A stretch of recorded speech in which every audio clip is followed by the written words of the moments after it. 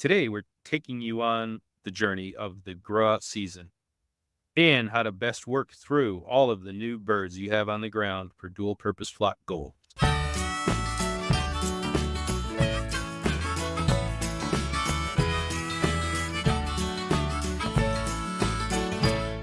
Mandy, how many grow outs do you have right I don't have an exact count on how many, but I do know there are 6 different age groups, and the oldest ones, they're already in the freezer already. And I now? Okay. started hatching back in March, and once we begin hatching, the workload, it just keeps getting heavier as that population rises. So, we normally peak around June, and that's when I have all of my spaces filled with various ages. And then when we start doing that first round of processing in June, then it starts reducing systematically over time. Then I hatch a lot less coming into fall. And then I try to have everything buttoned up by the end of November. And then I take winter off. At And then peak, I how make many my mouths plans. do you have to feed? How many? Yeah, just a rough guess. Oh, I'm probably hovering at 200 right now. And you were at peak a couple weeks back before you put a lot of birds in Yes. the freezer and Before your we got buyer that came? first batch in the freezer. So I've already refilled that space that I emptied. And right now, I did give myself a month and a half in between the more recent chick hatches because I wanted to get enough quantity going for the second feed Hmm. trial I'm working on. So here soon, everything will be full again. Again. Doesn't So take long to do that. no, it really doesn't take long at all. Now, I'm going to ask you a tough question here, but out of that approximately 200 birds you have, what do you think you'll cull that down to for keepers? Roughly. Doesn't have to be an exact number. I do go female heavy on the keepers to keep our egg supply going. So I'm a little more generous on the pullets. And let's assume that out of that 200, there's 100 females. And I'd look to have them down to about 30 by fall, and then 3 to 5 boys. And then if I That's not find more bad. calls after that, because I have to account for rate of lay too. Oh, So if sure. I'm thinking I want to have 30 females, then I really should be keeping 60.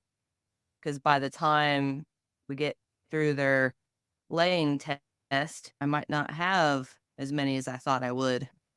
Just Mhm. out of curiosity, I don't think I've ever heard you mention it, but what's your rate of lay on those birds? Just roughly. I look for a minimum of 5 eggs a week, but 6 is the norm. But if she's built exceptionally nice, I'm okay with 1 egg less. But if they're only doing 3 or 4 eggs a week, then I don't retain those. No, that's really not worth your Not time, that. effort, and feed to do that. Let me throw another question out there. What do you guys focus on in the first weeks of growth on your chicks? And that's for both of you. John, you wanna go first? My first 3 weeks are infamous because I am extremely obsessive about taking daily weights on my chicks. And I use that information to develop individual growth charts and then compare the growth charts of the different chicks against each other and against the cohort. And at the end of 3 weeks, I can sell off 2/3 of those chicks. It's not on weight, it's on growth pattern that I select. I just sell them as straight run chicks and get them off the books as quickly as possible. Then I could really focus on just growing out that last 25 to 30% that I've retained past that. And those are going to be my really good freezer birds and hopefully my potential breeders for next year. Makes sense. Mandy? So you do a Egg. yeah, a very focused approach very early. Yes, like a That's a lot microscopic. different than how I do it. Everything is magnified in that first 3 weeks. You've seen how quickly they can put on weight just in a day. Yeah. So if I chart that, it's an amazing tool for me at least. And I don't just end up with the heaviest boys at the end of 3 weeks because I'm not looking at weight. You're looking at the There, springs of growth. I'm looking at like when you have a child and you're going to the pediatrician and like my child's in the 70th percentile and they say, okay, your boat growth plates are this big, you should be this tall, you have this growth potential. And I'm always looking for that growth potential in my birds. I'm John. I don't weigh to find out weights as much as I do are they giving a good, steady rate of growth? I want those birds that will put on weight over time. So I don't get spurts. They'll put on weight for 3 or 4 days and then they'll stop and then you get this other spurt in there. I like a much steadier rate of growth of my birds. Yes. And by doing it daily, that a lot more readily. Because I do it. Because it changes Yeah. so quickly. In 2 or 3 days, I can spot a chick and go, no, you're out. Your rate of growth is percent day over day, as opposed to everybody else who's 10.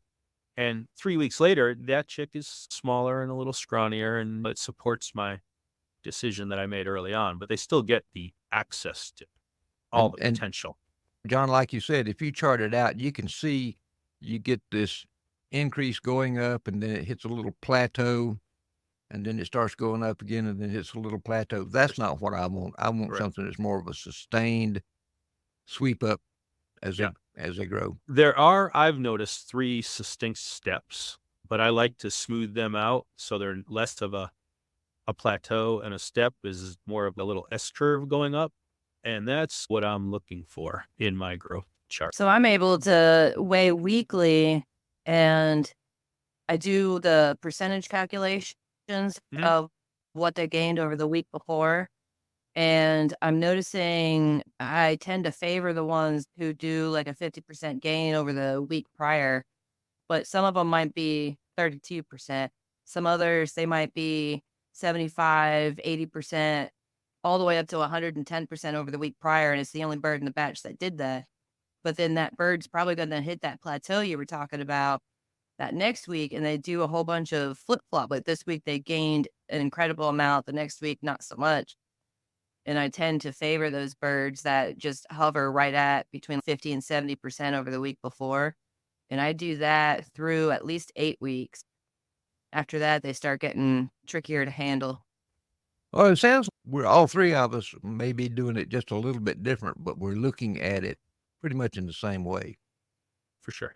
Do you keep your birds on the same feed for the duration of growth? Mandy? Lately, I've been using a custom blend that Jeff formulated over at Trail, and that's a 23% starter, which is higher than any other protein percentage that I've used for a starter. I think I did try 26% turkey starter, and that wasn't so great. Really, they only need that the first 3-4 weeks, and then I switch them over to a grower feed that's more like anywhere from 19 to 21%, depending on which brand I'm using. And when I asked Jeff about that, he had said that as they gain size, they can eat more, and as they can eat a higher quantity, it doesn't need to be as nutritionally dense as those earlier starter feeds. And that to keep them on starter for the duration, you're wasting money getting too much in them. So I And you're have not learned to stagger. And you're making life a little harder on yourself by producing excess ammonia and urates. And Yes. you got to change your bedding more often. And the birds can have long-term health effects from overfeeding too high of a protein. Yeah, so when I found that information out, that was actually a relief because it made it more economically viable too, because the starter feed's the most expensive feed. It is. Dollar-wise, at least in mine, there's not a big difference between starter and grower. But if you multiply that out by a bunch of little mouths eating, it can add up to considerable savings over time. And Mandy, in your case, with having those 200 growers you got there, I think you'll see some significant savings in feed costs. Yeah, no, I already have. So I ended up changing how I store feed, and I acquired a fleet of rodent-proof garbage cans, and I position a can near the pen for the age group of birds and put the age-appropriate feed into that can, so everything's right there, easy to get to. So over by the brooders, I've got 2 cans of starter. Over by the grow pens, I've got the grower. Over in rooster coop, they get the finisher. And then I have the adult feed by the adult pens. That makes Getting sense. pretty streamlined. That's pretty much where I'm at, but I have the screw top 5-gallon buckets, and I mix my feed fresh according to age formulations. Well, yeah, you're making it yourself. I still go buy it and let somebody else do the mixing. I'm sized appropriately that I can do that. You would need another person and some much larger equipment than I have. My grain mill it's okay, but it still takes 20 minutes to grind 100 pounds of feed, realistically, me sitting there feeding it 2 scoops at a time and coming out the other end, and then another 20 minutes in the mixer. And this is per 100 pounds of feed. And I'm doing this time of year at least once a week for a different age group, which that management, I'd really like to streamline this. So I'm only making maybe 2 batches of feed per week. And then we throw the quail in on top of that. Their formulations are changing every 3 weeks. Oh, yeah, with So their growth speed because they're trying to make eggs Yeah. by 8 weeks. they are. And anything I can do to reduce my costs in my feed, I realize that my fish meal and my soy meal are my 2 most expensive ingredients going into my feed. So everything I can do to get them off those 2 things and onto the whole grain diet, the better. And I am a little paranoid about too much fish meal in my poultry diet because I don't like tasting. So stay under 5% at all costs, anything near finisher age. Yeah, and that can sneak into eggs too, I found out. Oh, absolutely it can. Oh, somebody ate some of my hatching eggs, and I sold them specifically as hatching eggs. They're like, "Oh, we cooked them and they were horrible."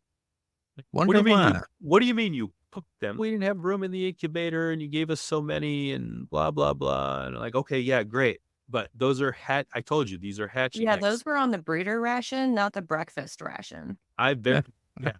I brought them some of the feed to smell. I'm like, this is what the breeders eat. And they went, oh, that's what the eggs tasted like. They still had some permanent emotional scarring from that because they cracked them on the pan. And apparently it filled their house with the most unpleasant aroma first thing in the morning.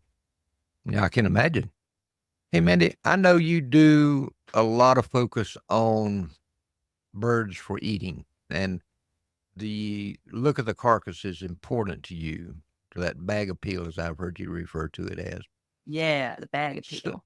my question is, what do you look for when you're doing your initial selection for freezer birds and for potential breeder birds? So right around that 12-week-old point is when I need to start thinking about how I'm going to finish them out and who's going on the dinner list. I'll go through the cockerels first and focus on them. And when I pick them up and I handle them, I'm not too worried about what they weigh, but I'm really worried about what they feel like. And there's a certain feel that I'm looking for in those who may get a reprieve for more growth.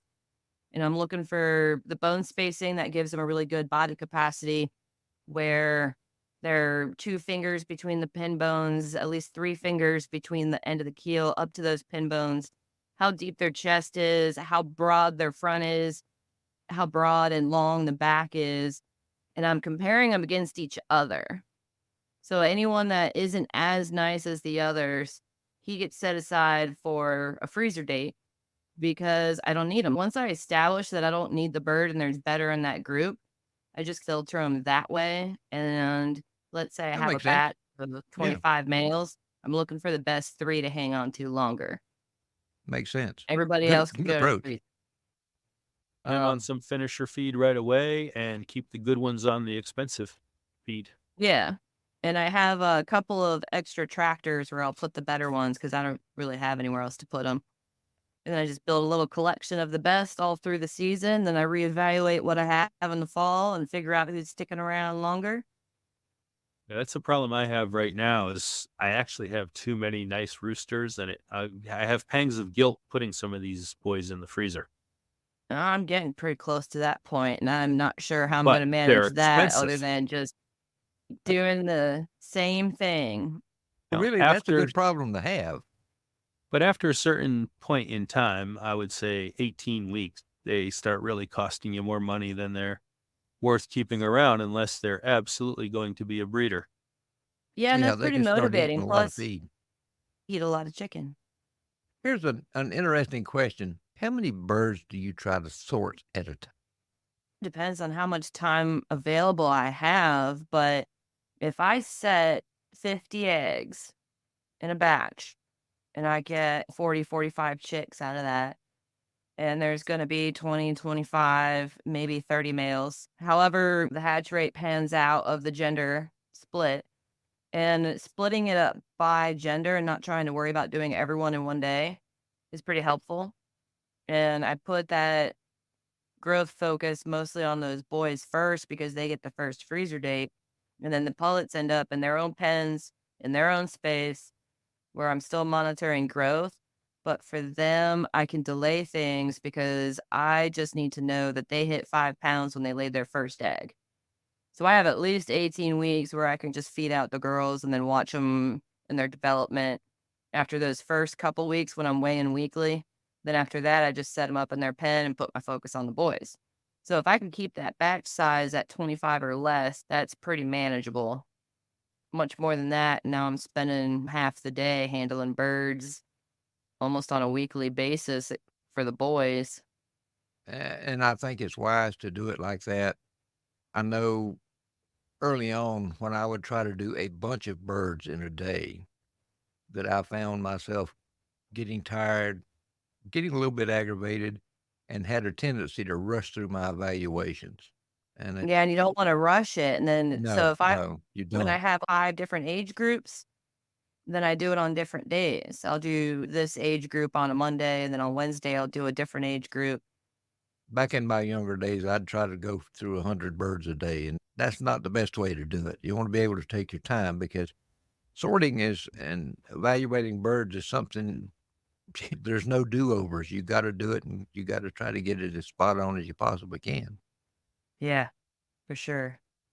What are the other things you're looking for that would indicate these are better growing birds? We've talked about body development, that sort of thing, but are there any other clues y'all use? That Freezer individual age, they're growth not chart. done growing by any stretch, Right. but you can start to see how they're trending, especially when you compare them to their peers in that same group. So, like when the boys and they first start getting those combs jumping up, then you can see this one's going to have 6 spikes. This one's going to have 5 spikes on the comb. This one's going to have about 15. And what that comb turns into over the next year and a half, you won't know until it happens, but you can start rolling them out for other little goofy things. And you can see like the shape of the head and how the beak's starting to form. And then the initial structure. Because by the time a bird is a year old, how many molts has that bird gone through already? Because there's a lot of different little mini 3. molts in there. 3. And every time it can change something in the tail angle, it can change something. So I look at the initial Absolutely. expression, and then I wait around for more growth on those good ones to see if it stayed that way, got better, or got worse. And if it got worse, they're out. They That's I like, know some folks think I'm crazy when I tell them your birds are going to change and your birds are going to change every time they molt when they're first starting out. And some people were wanting to cull them for color at 8 weeks old. You can't do that because you're not, unless you got an all black or an all white bird. But everything comes in time, and some things can't be rushed. And doing a good job of sorting birds is one of the things. and I can't just pick a day and call through everybody. I have to do that little staggered approach and filter them over time because of how much they can really change. Even at 2 years old, that bird might look Oh, completely yeah, different than it did at 6 months old. pretty much. Y'all know that picture of Sue Dobson's Rhode Island red cockbird that I posted. That was a bird that won as a cockerel in Ohio, and he doesn't look anything like he did as a cockerel as he does as a cockbird. He looks much better now. Oh, yeah, he He got a lot changed a more lot. handsome. Yeah, he got more depth of body and just they changed a lot. Trust us. But I still look for those early signs of those good traits, and then I just wait to confirm it. Yes, and And it's important that you sometimes do that. I change my mind. Sometimes they don't pan out the way I hoped. And That's okay. sometimes I have gone through and sorted out some birds that I thought I don't like this, I don't like that. Put it in another pen and come back a little bit later on and thought, why in the world did I put that bird in a cull pen? I need to hang on to that. I sometimes if I get too pinched for space, I'll send some birds out to local friends, and then they'll send me a picture 6 months later going, look at this rooster. He is so handsome. And I'm like, Oh, darn. Should have kept that egg. Luckily, I like to keep things close enough where I can say, hey, can I bring one of my hens over for a conjugal visit? yeah, can they hang out for the afternoon? Yeah, I'll separate her for a couple of weeks and bring her over for a visit for a day and then back home and collect and set those eggs. If something just really screams out, I really need to pair, Matt's rooster with this hen because they're closely related enough.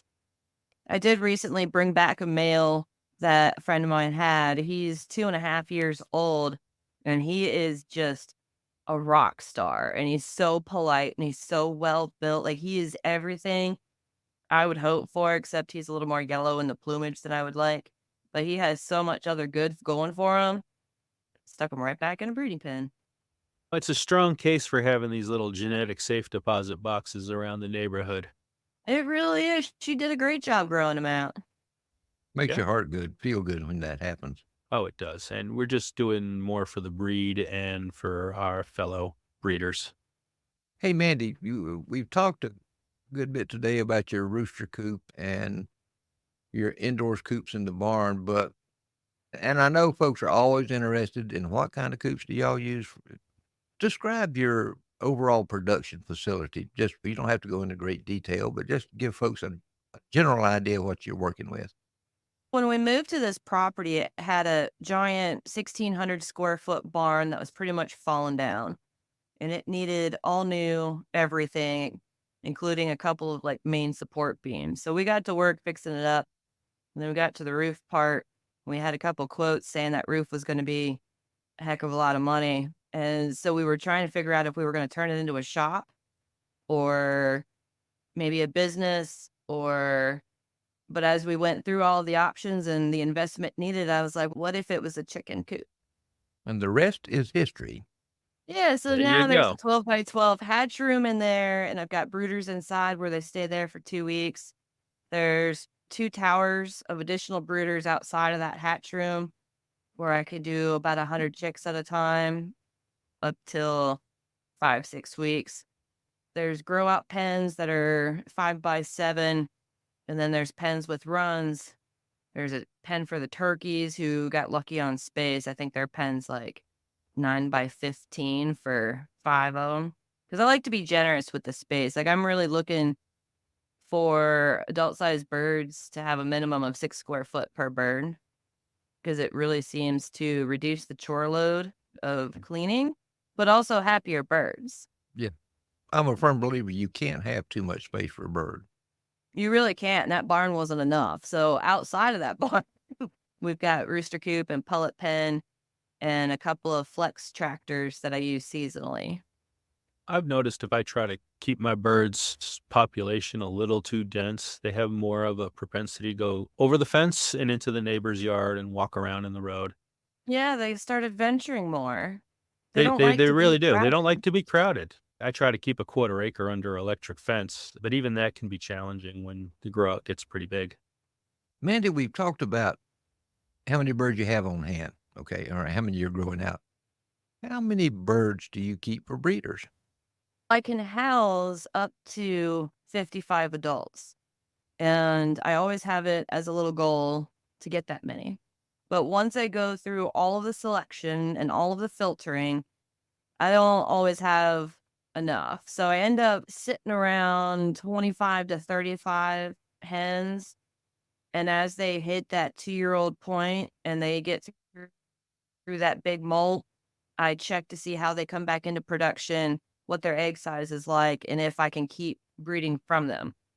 And I condense those older ladies into their own pen, and then I give them the most proven male, and then it goes down in age from there, because I learned a long time ago that if all of your birds are the same age, they're going to do everything at the same time. And you're going to have dry spells where you don't get eggs. Every year I'm adding new pullets, and then I filter and sort and condense down through the 6 pens I have. And then I end up with birds that are 5 years, 4 years, 3 years, 2 years, 1 year on down. And that filtering approach keeps me in all age groups at all times, and I never run out of eggs. And having them offset a little bit. So if you have your Yeah, very some are first spring spring hatch and hatch some are and your fall last hatch. fall hatch, so your fall hatches are going to be rolling around in production for spring replacements, just as everything's coming around. And I really like the fall hatch because I can eke 2 years of production out of them before they hit their first molt. Whereas you play with the calendar too on production. How far can I push these birds before they hit that first molt and go into a non-productive phase? Yeah, and I work a lot with pen averages. And let's say I've got 12 hens in a pen and I'm getting 8 eggs a day. And I know I'm looking for those 6 eggs per bird per week. And if I'm not seeing it, then I take a systematic approach into that pen to figure out who in here is the dud. Who in here is dragging down that pen average? She comes out, and another one that's complementary to those females, because I do like to have the females within a pen to all be quite similar to each other, because it makes a more consistent hatch result with the male that goes in there, which lets me get a little lazy on pair mating. I do want to find some space to do pair mating, but right now I try to build up my clans to be as complementary and consistent to themselves within that pen and do it that way, which seems to be working. Consistency is so important in Definitely. a clan. You can't stress that too much. You prompted something, a little question went off in my brain here. But how do you determine which female is laying which eggs, or do you even worry about that? This brings us to the close of another Poultry Keepers podcast. We're very happy you chose to join us. Until next time, we'd appreciate it if you would drop us a note letting us know your thoughts about our podcast. Please share our podcast with your friends that keep poultry. We hope you'll join us again when we'll be talking poultry from feathers to function.